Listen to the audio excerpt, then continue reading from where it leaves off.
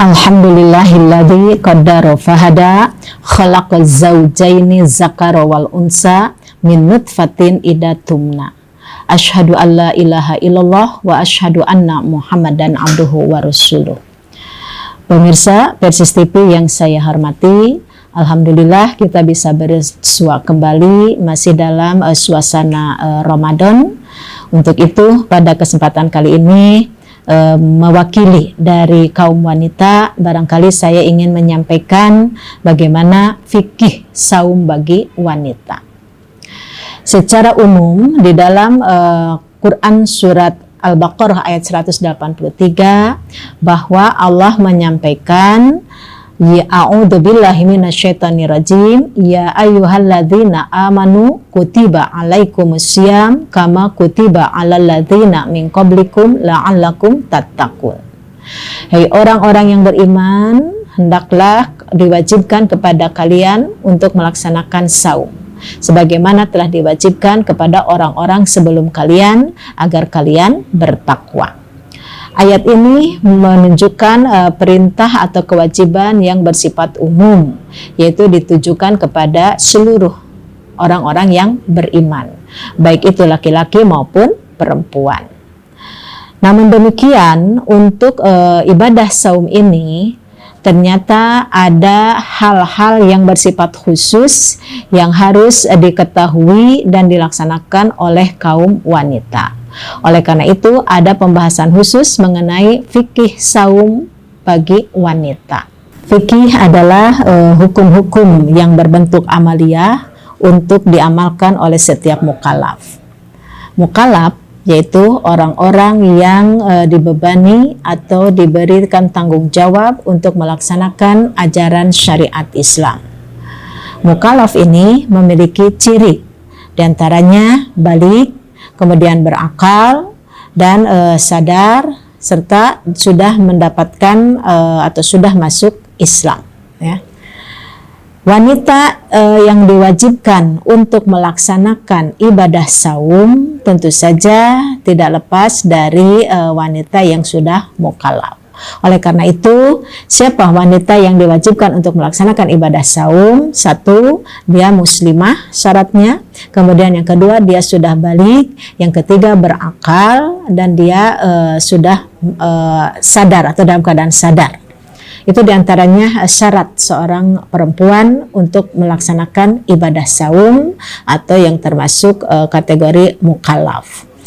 Nah, walaupun perempuan termasuk mukallaf juga yang dibebani untuk melaksanakan ibadah saum, namun dalam pelaksanaannya ada uzur-uzur atau alasan-alasan tertentu bagi seorang perempuan ketika mereka mau melaksanakan ibadah saum. Nah, inilah yang termasuk lingkup pembahasan fiqhun nisa yang berkaitan dengan bab saum.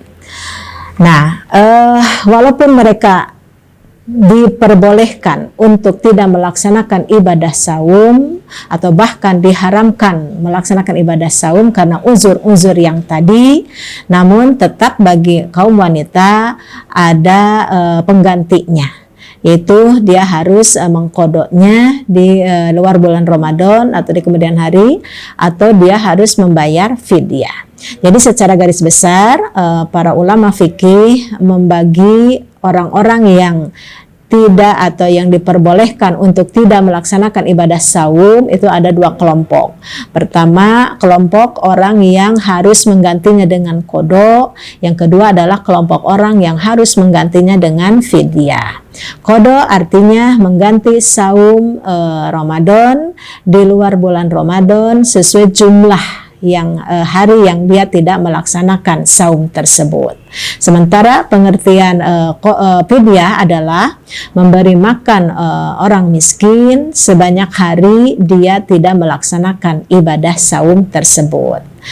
Nah, itu pengganti bagi siapa saja termasuk wanita yang tidak bisa melaksanakan ibadah saum. Mari kita menginjak kepada uzur-uzur apa saja yang membolehkan atau mengharamkan seorang wanita untuk melaksanakan ibadah saum. Di antaranya yang pertama, wanita yang haid atau nifas. Jadi uzurnya karena dia haid atau nifas. Nah, untuk wanita yang haid atau nifas bukan saja dibolehkan, tapi justru diharamkan dia melaksanakan ibadah saum. Kalaupun dia memaksakan diri melaksanakan ibadah saum, maka hukumnya dosa bagi dirinya.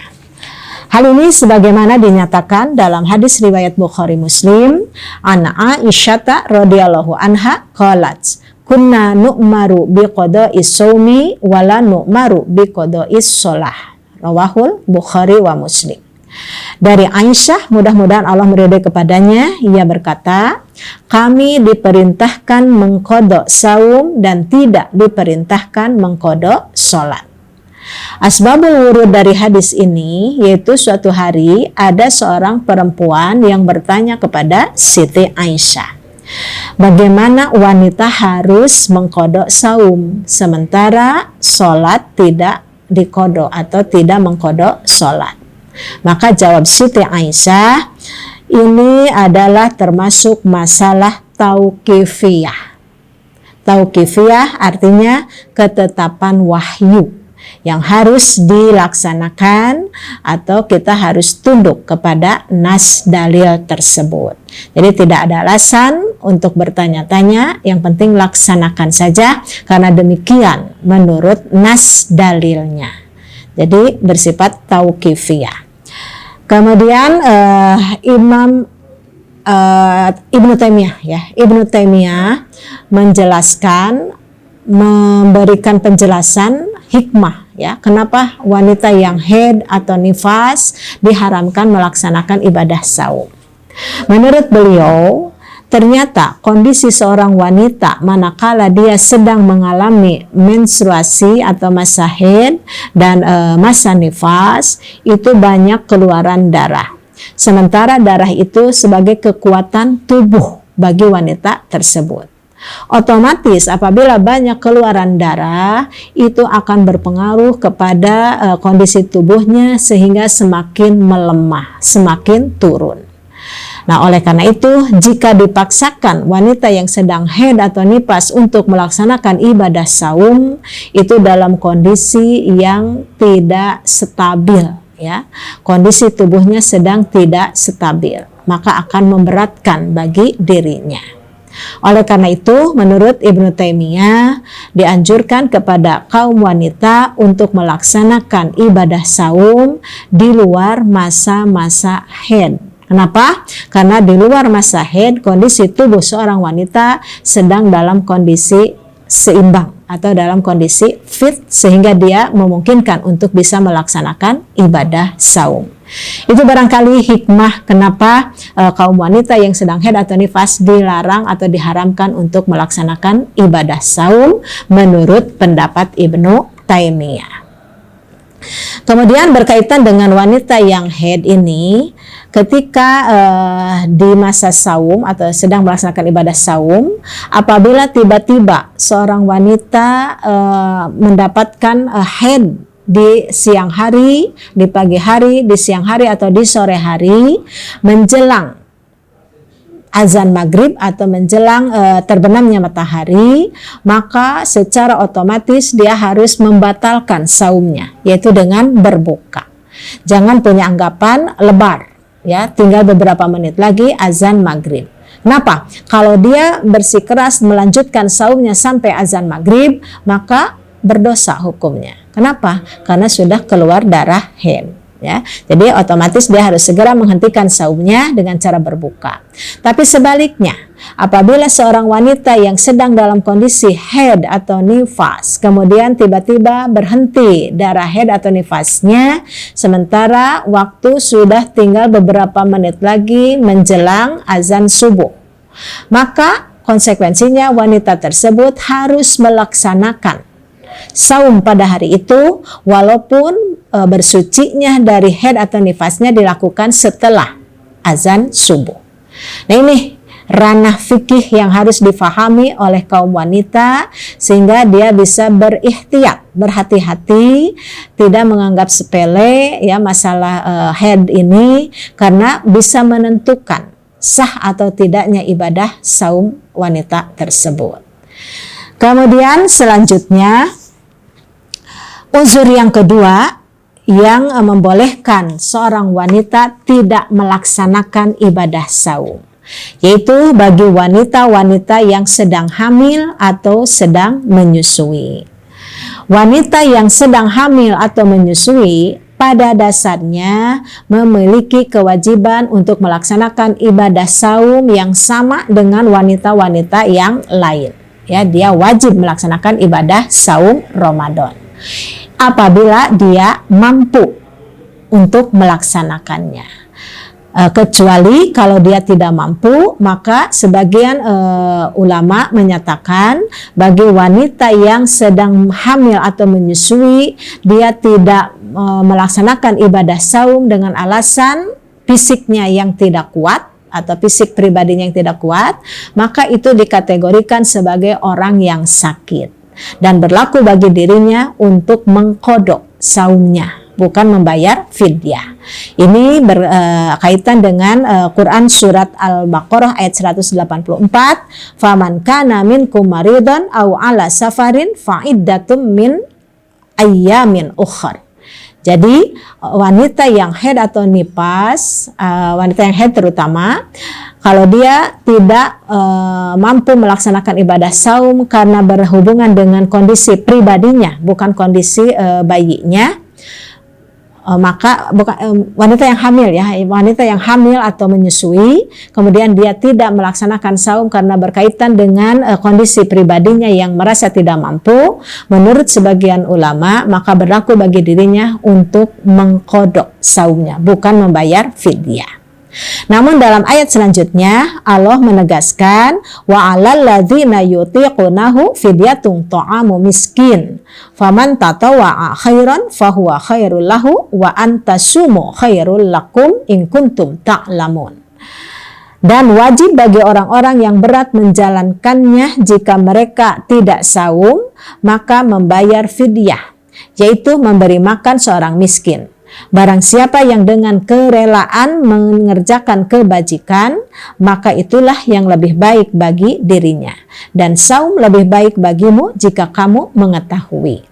Nah, untuk ayat selanjutnya yang barusan, di sini Ibnu Abbas mengomentari bahwa ayat itu sebagai rukhsah bagi orang-orang yang sudah uzur, baik laki-laki maupun perempuan, karena dia tidak mampu melaksanakan ibadah saum, juga termasuk bagi perempuan-perempuan atau ibu-ibu hamil dan menyusui apabila merasa khawatir terhadap bayi atau anak-anaknya yang dikandung atau yang disusui. Maka menurut Ibnu Abbas berlaku bagi mereka berdua adalah menggantinya dengan fidyah sebagaimana diberlakukan bagi orang-orang tua yang sudah jompo atau yang sudah uzur, yang tidak memungkinkan untuk melakukan qadha.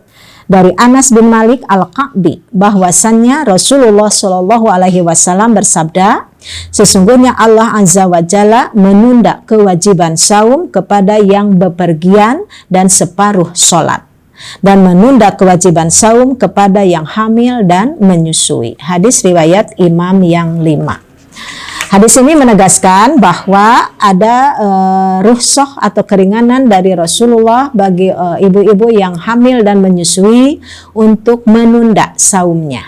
Menunda dalam arti berarti harus dikerjakan di kemudian hari. Kemudian di dalam hadis yang lain, bukan hadis ini ya, ucapan Ibnu Umar dan Ibnu Abbas. Mereka berdua menegaskan wal hubla wal murdi'a idza khafata ala anfusihima au auladihima aftarata wa alaihimal fidyatu wala qada'a alaihima inda bni Umar wa bni Abbas. Dan yang hamil serta menyusui apabila mengkhawatirkan kesehatan diri mereka atau anak-anak mereka, boleh mereka berdua dan wajib atas mereka, mereka berbuka dan wajib atas mereka fidyah. dan tidak wajib qada atas mereka. Ini menurut pendapat Ibnu Umar dan Ibnu Abbas.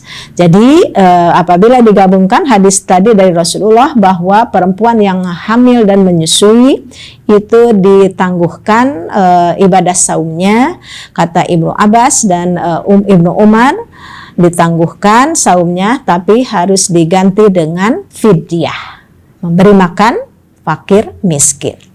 Kemudian uzur yang ketiga bagi wanita sehingga dia boleh tidak melaksanakan ibadah saum, yaitu wanita yang sudah tua yang tidak mampu saum. Seorang wanita yang sudah lanjut usia, yang tidak mampu lagi untuk saum, serta jika saum akan membahayakan dirinya, maka ia tidak boleh saum. Karena Allah Subhanahu wa taala berfirman dalam Quran surat Al-Baqarah ayat 195, "Wala tulqu biaidikum ila tahlukah." Dan janganlah kamu membinasakan dirimu dalam kebinasaan. Jadi sekalipun ada orang yang tua tapi masih kuat, itu silahkan melaksanakan ibadah saum, tapi khusus bagi orang-orang yang sudah tua dan kebetulan tidak mampu untuk melaksanakan saum, tidak kuat melaksanakan ibadah saum, maka lebih baik mereka tidak melaksanakan saum. Karena kalaupun mereka memaksakan diri saum, itu akan membahayakan dirinya sendiri, alias tahluka, membinasakan dirinya sendiri. Kemudian karena orang yang lanjut usia itu tidak bisa diharapkan bisa mengganti saumnya di kemudian hari, maka berlaku hukum bagi mereka adalah membayar fidyah, bukan dengan qada. Yaitu dengan memberi makan setiap hari satu orang miskin. Ini sebagaimana disampaikan oleh Allah dalam Quran surat Al-Baqarah ayat 184. Wa 'alal ladzina yutiqunahu fidyatum ta'amu miskin. Dan bagi orang-orang yang berat menjalankannya wajib membayar fidyah, yaitu memberi makan seorang miskin. Dari Atha, ia mendengar Ibnu Abbas membaca ayat tersebut. Lalu Ibnu Abbas berkata, ayat ini tidak dinasakh ya untuk orang yang lanjut usia, baik laki-laki maupun perempuan. Yang tidak sanggup saum hendaknya memberi makan setiap hari satu orang muslim. Hadis riwayat Bukhari. Demikian 3 uzur yang memperbolehkan atau mengharamkan seorang wanita untuk melaksanakan ibadah saum, termasuk ibadah saum Ramadan ya, yang akan kita laksanakan beberapa hari ke depan. Terakhir, barangkali ini yang harus menjadi tazkirah atau peringatan bagi kita sebagai kaum wanita yang berkaitan dengan fikun nisa atau fikun nisa bab saum. Yang pertama, wanita yang sedang istihadah, yaitu wanita yang darahnya mengalir namun tidak bisa disebut darah haid, maka wajib baginya saum. Ya, ini yang pertama. Wanita yang istihadah wajib saum apabila darah yang keluarnya tidak bisa disebut atau dikategorikan sebagai darah haid. Menurut Ibnu Taimiyah, kenapa wanita yang istihadah itu harus tetap melaksanakan ibadah saum? Karena darah istihadah itu tidak bisa diprediksi kapan keluarnya, kapan berhentinya. Berbeda dengan darah haid. Kalau darah haid itu sudah punya durasi atau siklus yang tetap. Ya, kapan keluarnya, kapan bersih atau sucinya. Nah, oleh karena darah istihadah ini tidak bisa diprediksi atau dengan kata lain spontanitas keluarnya sebagaimana muntah yang bersifat spontanitas atau darah yang keluar karena terluka, maka karena sulit untuk menentukan kapan mulainya dan kapan berhentinya, orang-orang atau wanita yang istihadah tetap berlaku untuk melaksanakan kewajiban saum. Ya, itu alasan dari Ibnu Taimiyah.